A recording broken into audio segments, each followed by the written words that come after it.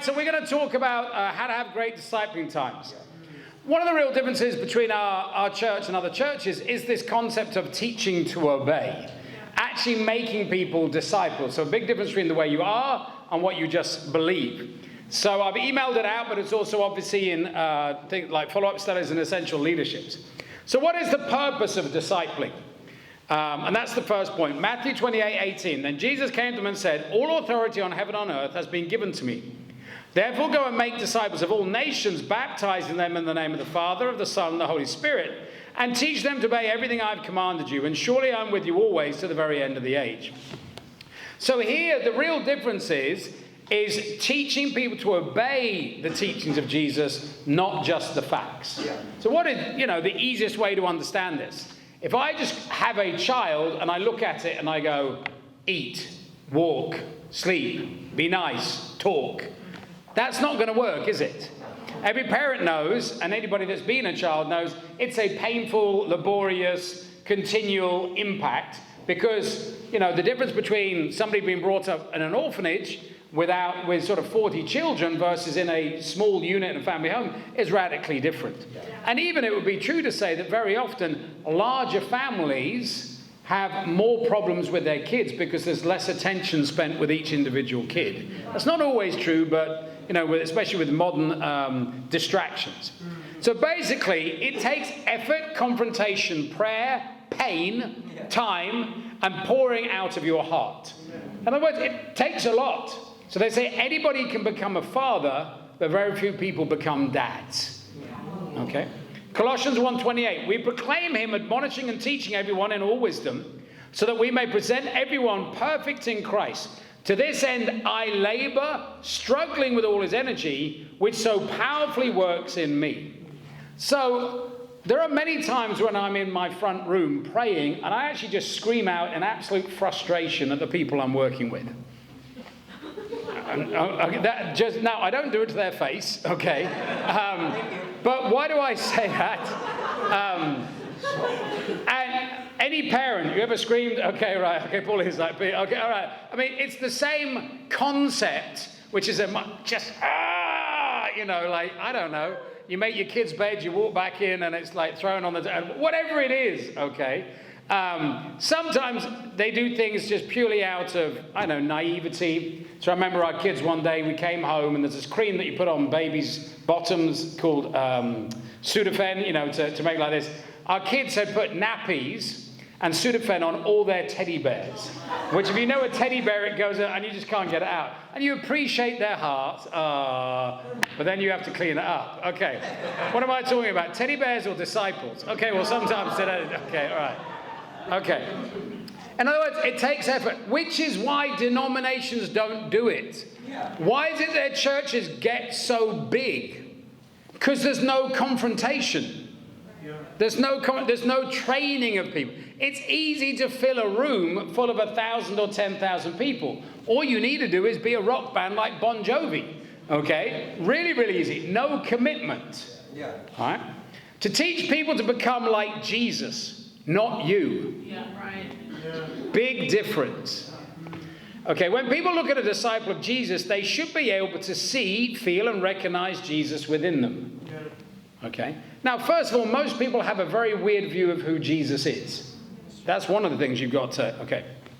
1 John 2:3. We know that we have come to know him if we obey his commands. The man who says, I know him, but does not do what he commands is a liar, and the truth is not in him. But if anyone obeys his word, God's love is truly made complete in him. This is how we must know we are in him. Whoever claims to live in him must walk as Jesus did. In other words, you've got to walk the walk. Okay, not just simply talk the talk. So you've got to look at somebody that you are discipling and go, how do they reflect Jesus or not reflect Jesus? In their actions. That's the easy one, is it? Do they evangelize? Do they pray? Etc. But we study the Bible with a lot of people that aren't Christians that evangelize and pray. In their beliefs. Now, obviously, if you have a wrong belief, then it will flow out. Okay, so if your view of Jesus is that he never confronted people and disciplined and rebuked people in your belief system, and you just think he's some wafty guy that hugs you and just carries a nice lamb, etc., then your belief system will go, I don't feel loved when I'm challenged. Okay, so many people come to a church and go, this is too challenging, Jesus wouldn't challenge him. One of the things I love about doing a class series is you go, man, that was a pretty heavy sermon today. I'm just going through the Bible. And of course, most people don't like those bits. Well, geez, they died.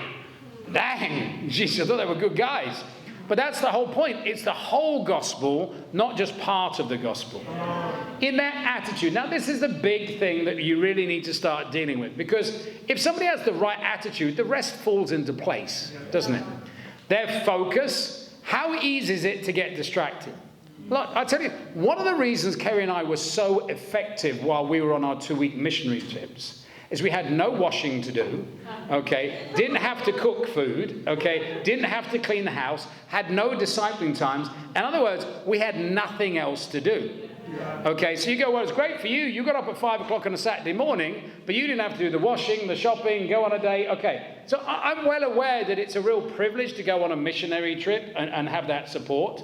But that is the difference very often on our impact, is we've got to keep focused in a world that is constantly vying for our attention. And then not only is it vying for our attention, but then we feel drained. So you go to work, you're studying, you're doing this, you're doing that, and then at 9 o'clock you go, I just want some me time. Does that make that's a reality? So it's one thing for me to go into India and go, okay, back-to-back appointments, one doesn't turn up, and I can just chill out for an hour before the next one. So that is one of the, I don't want to just make it, I mean, God worked powerfully, obviously, but there is a reason you can have that impact. And that is why we employ full-time staff, so that they have that time. And then their ambitions. I think it's one of the things, when I first came out of the ministry, so I went in the ministry after 18 months, then I came out the ministry, I had a girlfriend, we finished, and it really exposed things in my heart, which was, well, all I lived for was to go in the ministry and have a girlfriend. Now I've come out the ministry, so I don't think I'm ever going back in, and I haven't got my girlfriend, and what's the point in doing anything? And it really exposed my selfish ambition versus my ambition. I think one of the challenges is when you've got great just Bible talk leaders that are mature people, whether it's, I don't know, Len and Kira or whatever, or Elias and Mel or Eric and Chris. It's like, well, what's in it for me? Am I just going to be a Bible talk leader for the rest of my life? Yes, and that's a noble ambition. But what about, all the YPs just get put up on Wednesday. When's my turn? Well, you have to understand, we're here to train people to send them out to be evangelists and women's ministry leaders. So you go, well, I feel like I should be up there. That's why we have the West service and the East service and the North service. But we are a training church. So you have to buy into that and be happy in your role. Okay? But, I try and make everybody have a go. I thought Kevin did a pretty phenomenal job. All right. Okay. The goal is to make people grow and mature. Now, that never happens as fast as you would like it. Okay. All right, so Hebrews 5:11. We have much to say about this, but it's hard to explain because you are slow to learn. In fact, though by this time you ought to be teachers, you need someone to teach you the elementary truths of God's word all over again. You need milk, not solid food. Anyone who lives on milk will still be an infant, is not acquainted with the teachings about righteousness, but solid food is for the mature, who by constant use have trained themselves to distinguish good from evil. So let me just ask you, if in your discipling relationship you are friendly and unconfrontational, people will like you, but they will not love you. People want to change and want someone who will help them change. Okay? People want to win in life more than they do feel loved. Okay? And winning makes them love themselves. So in other words, if you can train somebody how to study the Bible with somebody and be fruitful, they will love you for that, because then they don't need you anymore. Does that make sense? If you always take over the studies, you're not training leaders. In sports, people will put up with a pretty mean coach if they make them win. There's actually a Netflix thing about Alex Ferguson. He basically had a heart attack or something and thought he would lose his memory. He's going through how he treated, David Beckham and everything like that. This guy was horrible. I mean, he's sort of saying, I wish I wasn't, but this is how we came from that sort of hard line and everything like that. I'm not saying we should become Alex Ferguson. But on the end, the woolly, fluffy, I don't discipline people, that's not going to change people either. All right, so we're not to be mean, but we are to speak the truth in love. And people may feel that is mean. They will thank us for us in the end. So you've seen me over the last couple of years train Paul up. And it got pretty dicey at that certain moment. I was like, I don't know if this guy's going to make it. And then he was a bit like, well, I'm just going to be a Bible talk lead. I don't think the ministry's for me. And I went, no, we're not finished here. I need to keep discipling you. And that was the turning point. But I had to take it to the edge. I actually really genuinely, emotionally get on with Paul. I find him very pleasant to be with. And if I want to give him a risk, I want Paul to be there. But there had to be some real, he took a job with my daughter and my daughter fired him. Okay, all right. So Ali said, Dad, I'm firing your idiot of a Christian. Okay. And I went, go for it. She did. And then I went around the corner and phoned him and went, what the heck have you done? But now it's fine. Do you know what I mean? Like there's a discipline that you go through that you grow in. Okay. And if you want to risk being employed by my daughter and go through that thing, you can try it too. She is cut from my same cloth. So, examples. Without a doubt, when I think about the trainers I had, I may not have had the greatest, fondest memories for them emotionally. Like, in other words, I don't particularly want to go on holiday with them. But we were discipled by a guy called Mark Temple. He instilled in us pray an hour a day. Okay, now, nowhere in the Bible say prayer an hour a day, but it was this discipline we got used to. Read the Bible in a year. Okay, always make sure you have a visitor. If somebody's missing, visit them yourself after church. There were just certain disciplines that went into it. Okay, confess sin. I remember talking about always think of the worst thing you've done, confess that first, and the rest is downhill from there. Don't worry about it. So in D groups in the world sectors, I always try and be the first to confess my sin.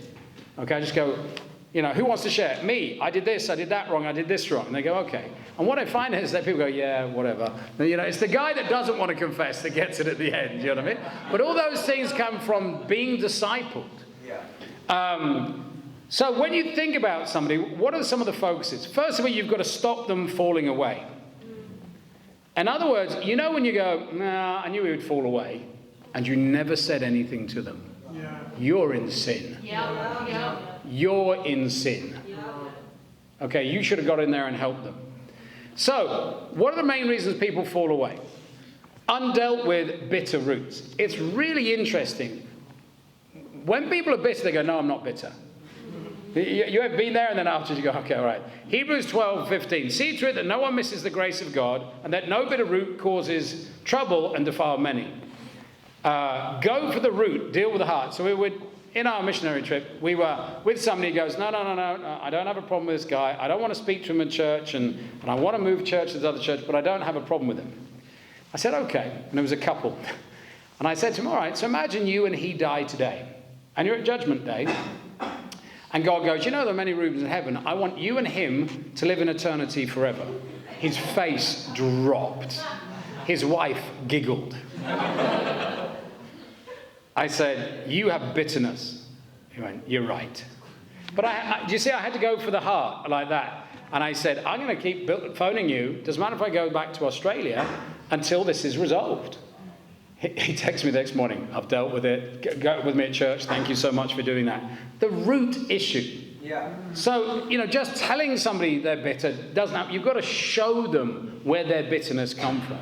Okay, so it might be like, well, bro, why do you always sit far from him? Or why you don't hug him? Or so again, we're trying to win people's hearts over. Yeah. All right, fallaways produce fallaways as they poison people. You need to go after people's bitterness. Fallaways normally happen in groups. Yeah. You'll notice that we just had 3 people fall away. It's like they happen in groups. Why? They find each other in the fellowship.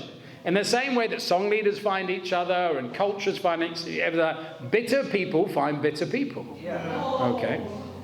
Love of money, bitter about giving up worldly dreams, expressed in we give too much. I feel like all we do is give. I don't think that's this church's real problem. I think we've mastered some things about how to deal with money.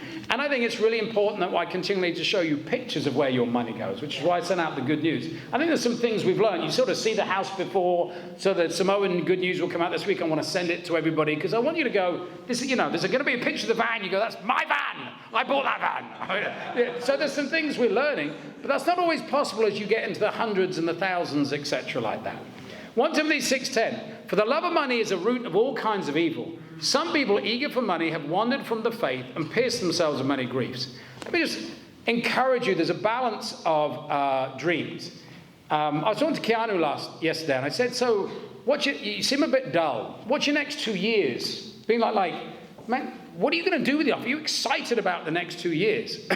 It's like, not really. I said, well, you need to really get excited about the next 2 years. You graduate in 2 years. What are you going to do? I said, well, how about going and being a summer intern, like in Germany for 2 months? You speak German. And how about doing this? And how about, I'm like, you need to look at your 2 years and, you need to be able to master ICCM. So once you graduate, you've got your ICCM degree, you've been on missionary trips, you've done this, you've got money in your back pocket, and you are ready. I've graduated. Here I am, send me. And he said, it's amazing, Joe. Nobody says it, but people in the church feel really restricted.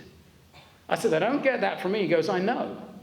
He said, but we get really religious. Am I allowed to go to New Zealand for the weekend and hang out with the church there? I haven't said you can't. Right. Do you know what I mean? Like, we're looking for people to go to Samoa to help with the community. Like, but somewhere along the line, we get so bent out of shape and religious and weird, and you don't get it from me. Actually, I think I work really hard at making sure people have a life. Right. Like, Sunday night, go and play Risk, or do whatever you like, go to a movie. But it's funny, humans are very lazy when it comes to having a high-quality life. Okay. Kingdom is not first. Expressed in feeling they're not committed, or we're asking for too much commitment. Luke 18:22. When Jesus heard this, he said to them, you still lack one thing. Sell everything you have and give to the poor, and you will have treasure in heaven. Then come follow me. We've heard this. When he heard this, he became very sad because he was very wealthy. If the kingdom isn't first, if it's not nailed down in conversion, it'll always get you. Yeah. And sometimes people go there, are we really the church and this and that? If you don't grasp that, you're always on the path to falling away. So if you start discipling people, you go like, do you believe this is the true church? And they go, that's a real problem. Yeah. Okay. One, doctrinally, but more than that, emotionally. Now, sometimes people are so hurt, they go, how can I be so hurt in the kingdom? Yeah. Okay, well, you read the book of Corinthians, people sleeping with people's dads and stuff. The kingdom is the kingdom. Or King Saul is leading Israel and chasing David. The kingdom is still the kingdom. Yeah. Okay?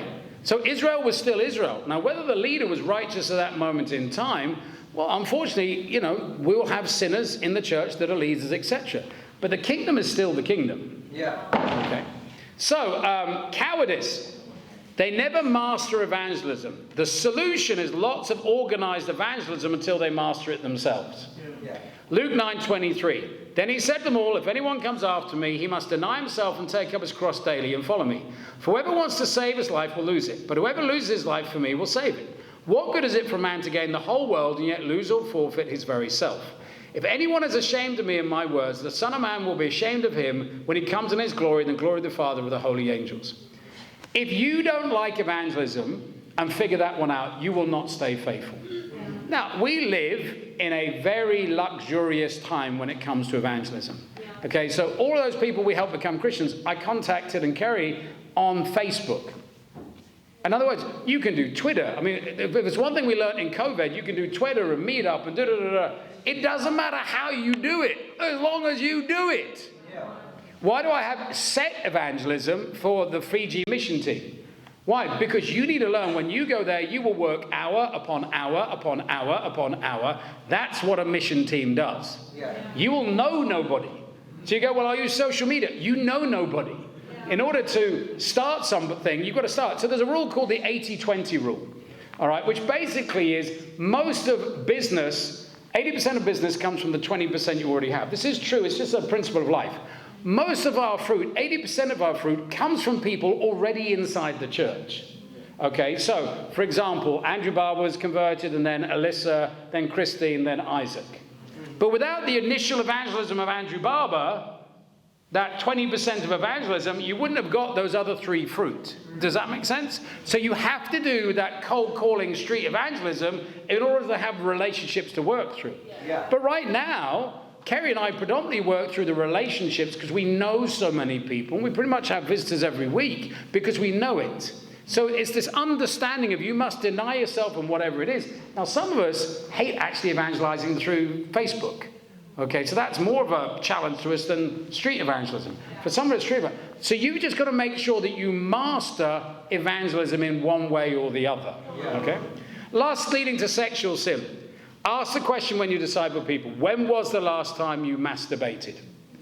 So I remember when I first went to LA, I asked 3 disciples I had, said, how are you doing with impurity? Great. I said, when was the last time you masturbated? I said, a year ago. Next guy said, how are you doing with impurity? He said, great.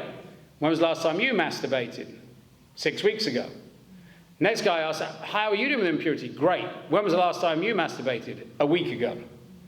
You see, when we compare ourselves to ourselves, we actually have a problem with what is great. Yeah. Okay, so I remember when we first started the church, some guys that were falling into impurity had a chat group. Let's all share and encourage each other not to be impure. And what they actually did was make each other more impure.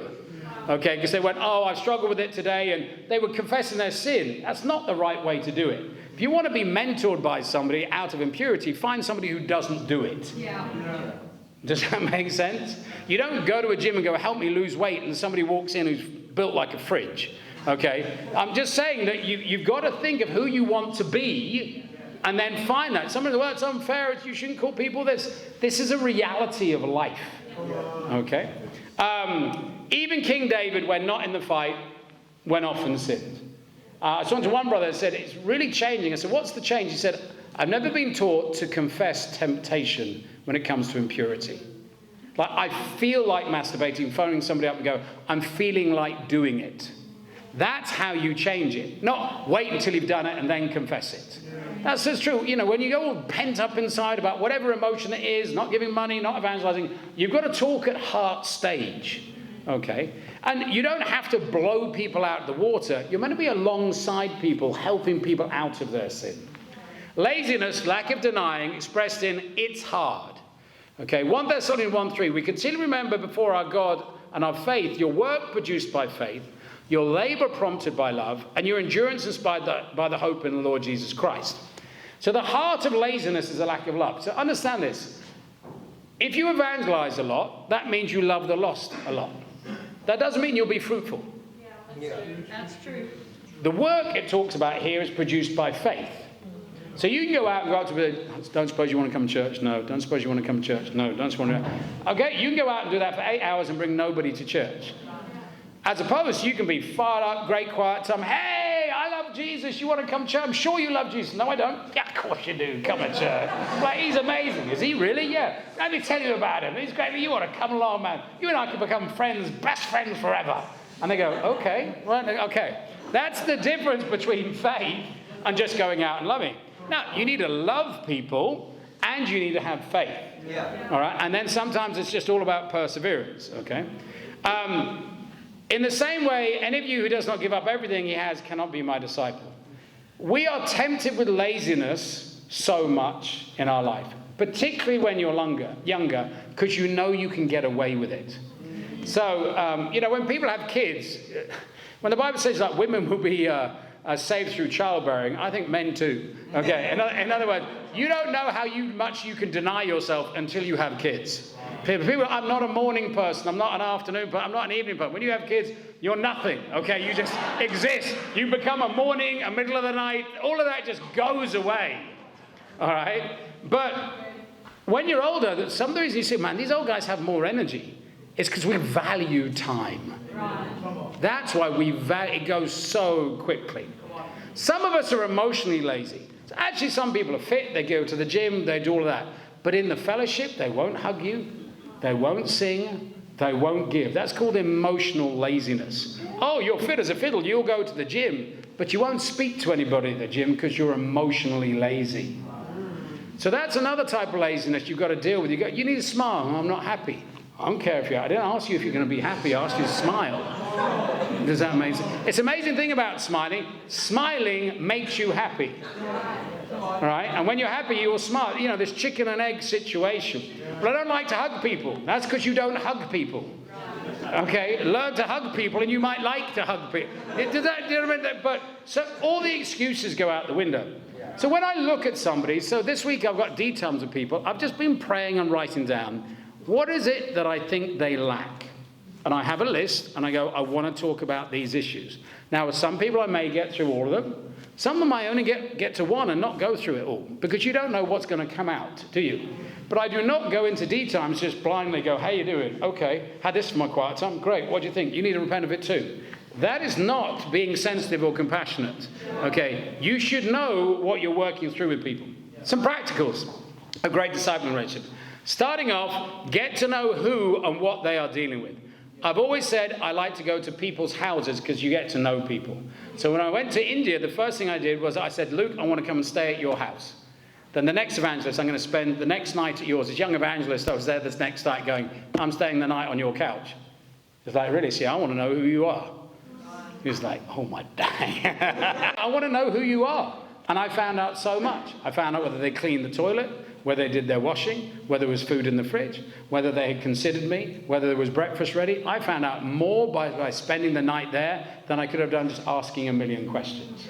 So you go to people's houses. Get into people's dreams for their life. Like I said, I was talking to Kiana, it's like, you've got 2 years to get yourself ready, fit, graduate, and go, I can go anywhere in the world. I've gone on missionary trips. I've got, my top 10 Bible discussions that I've created, my top 10 welcomes and lessons. Because, when you're on a mission team like Raymond's going, every week you're doing Raymond, you're doing the welcome this week, and Raymond, you're doing communion this week, and Raymond, you're doing the song leading this week. So you better get ready. Okay. Get in their dreams, their hourly, weekly schedules. That's just a given. You get into weekly schedules. Went to India, I said, send me everybody's schedule hour by hour. Yeah. I knew exactly where their problem was within 15 minutes. I just reviewed them all. I went, I can tell you what's going wrong here. Absolutely. You visit people's houses, you get their schedule, you know what's going wrong. Okay? Maybe walk in their shoes for a week or two. Know how they think and work. Go out and be with them. To help people see who they really are, you need to take mental photos of their life, visit their home, their workplace, their classes. Get to know their people. Get time with them every week. Have a set time. So we've just changed our weekly schedule. Just emailed it out to everybody. Carries in mind, this is where I'm going to disciple you, this is where I'm going to get with you, this is where I'm going to get with you. And I have 34 free 1-hour slots every week. Fill them up with studies, etc. So you should know how many free hours in the week you have. Otherwise, how can you fill them up and be productive? Why do you have a D time? It sets each of our hearts up to be humble. Who in here hates being challenged? Okay, at least half of you, and the rest of you will get there. Okay, all right. But if you know you've got a set D time, so if Abe says, let's get time, Abe's going, okay, he's going to talk to me about something. So that morning he goes, God, help me be humble. But if somebody just swats you in the fellowship, Sis, you need to do this, you're like, dang, I was really happy until you did that. All right, it allows us to pray. Honestly, in business, you have meetings and people prepare for them. So in our marriages, we have set D times. Mine's at 12 o'clock on a Monday with Kerry. Why is that? It's the beginning of the week. We can talk through everything. But it allows us both to have great prayer times beforehand so we can be ready for it. No constant discipling. That's called nagging. And yes, men nag too. Okay. Make it spiritual. Use the Bible. If you don't know what to do and you're a young Christian discipling a young Christian, you've got OneNotes. Just go through the follow-up studies. Go through essential leadership studies and go, what should we look at? Ooh, there's a study there on, I don't know, how to pray. Let's do it together. Okay, you don't suddenly need to become Mr. Commanding. Okay, or there's something on there, unity. Well, that looks good. Let's have a look at that. It's there as a tool. Yeah. Pray together. Whenever I raise up young interns, praying together. That's the big thing. Because you get to know people more when you pray with them than any other time. Evangelize together. It's great being out there with Kerry on the mission field, being fruitful together. It's an us. It's not a me, it's an us. All right. Show them Jesus in action. Have something you are specifically working on with that person and work on it until they change it. Don't come in every week with something different. Nothing more annoying. Okay, imagine being down the gym and you go with a trainer and you go, right, do your dumbbells next week, do your legs next week, do your this, do your that. They go, what the heck am I working on? All right? They go, we're going to work on this, and then we're going to work on this, and then we're going to work on that. All right? They should want you to help them overcome it. So the miracle list. Somebody goes, okay, I want to get my driving license. Well, you've already started with something that they want to do. So I was talking to one brother who goes, I had a discipling time that went really badly today. I said, okay, well, let's talk about it. So what did you want him to do? This. And said, and what do you think he wanted to do? Oh, I don't talk about that. Okay. I said, well, we always talk about building on established motives. Yeah. So I would say, what is this guy's motive in life? He goes to do well in his exams so that he can please his parents. Okay. And then do well in his career. I said, okay. So what are you asking him to do? To be more giving in this situation. Okay. So the people you're asking him to get with, are they people that will help him in his career? No. Well, why not? You have to establish a completely new motive to ask him to do that. However, if to help him in a career, you ask him to get with these people, then he'd want to do it. Because you go, hey, if you really want to succeed in your career, which is what you've told me to do, why don't you get with these people? So he was from a different culture. And I said, well, he's struggling to initiate with people from Australia. I said, okay, well, if you want to succeed in business in Australia, should your friends be of your own culture or Australians? Oh, Australians. Now you're building on an established motive that person already has. So he'll want to do it. Does that make sense? All right, give 5 examples to prove your point. Always stories, analogies. Disciple to a vision. Proverbs 29:18. Where there is no vision, the people perish. It shows you believe in them. But let me tell you, when I was trying to raise up the shepherds, I've got Obed and Len. And they're very different to me. Okay, entrepreneurial, out of the box. They're not 1 + 1 = 2. Jesse and I are more, okay. So I go, Jesse, here's my schedule. Imitate, he goes, got my schedule. Okay. I have 32 slots. He goes, I have, 12 slots because I work. Okay. Now you've got slots, fill them up. Yes, Joe. Okay. You get with me, you get with me, you get with me. I tried that with Obed and Lennox. They're like, nah, ain't happening. And so just having a schedule for the sake of having a schedule doesn't work. So I was really praying, God, help me. And I was listening to them and okay like this. Because they're very effective people in the business world. And then I realized they don't work like that. What I realized, though, is if you pile them with the responsibility, they'll absolutely get to it. They'll shift their schedule around the way they want to, and they'll achieve it. Now, with Jesse and I, we work like this. With them, I'm like, I just can't get them to do what I want to. It's like, Len, free up your night at 6 o'clock, and then for that. It doesn't work. But if I give Lennox and Obed 100 things to do, they'll figure it out in their schedule. In other words, they operate very differently to me. Yeah. That's okay. Yeah. Okay, so they don't have to become like you. Right. Yeah. All right, does that make sense? And, and as a result, they actually do things very different to me and are more effective in their own way. So you're not trying to make little you. You're trying to make little Jesuses. Okay, and he chose very different types of people and did things in very different ways. Okay, so while the Bible says he got up early in the morning, nowhere in the Bible to pray, nowhere in the Bible to say you must get up first thing in the morning and pray. It doesn't say that, so you can't command that. Now you can reason that's the best thing because we get busy. But if somebody says, I totally work by praying for an hour late at night, and they actually do it, and what's wrong with that? Okay, so don't make them into little yous. Have accountability. Review what you've talked about last week. So when I went into India, I typed up everything. Because I'm going to have to go back at some point and be held accountable on the inside. So if you don't actually know what you're working at, you can't move forward. No accountability, no change. There should be no walking on tiptoes with people. If you have a relationship, you go, I just feel like I don't want to get with you and I feel like it's going to go bad. You need to say that. Yeah. You need to go, either we've got to change disciples here or we've got to become friends. Yeah. Something's got to change. Yeah. That's what it's all about. Training others to be godly, not training people to be like you. And there is a massive difference. Teach them then to train themselves. 1 Timothy 4:7. Have nothing to do with godless myths and old wives' tales. Rather, train yourself to be godly. For physical training is of some value, but godliness has value for all things, holding promise for both the present and the life to come. So when I train people with one notes, the issue is not for them to obey one notes for the rest of their life. The issue is to have a tool that they can imitate. Okay, so there are a lot of young evangelists out there who are just overwhelmed with, I don't know how to do this and I don't know how to do that. So it must be easy to imitate. Yeah. So one note is really easy to imitate. That doesn't mean you have to do it that way. However, it gives you the principles of how to lead a ministry in the maximum. And you've got to build people's lives. So if you think about a pyramid, okay, a pyramid was the largest, tallest structure actually until the Eiffel Tower. Okay, so in order for a pyramid to go higher, what needs to happen?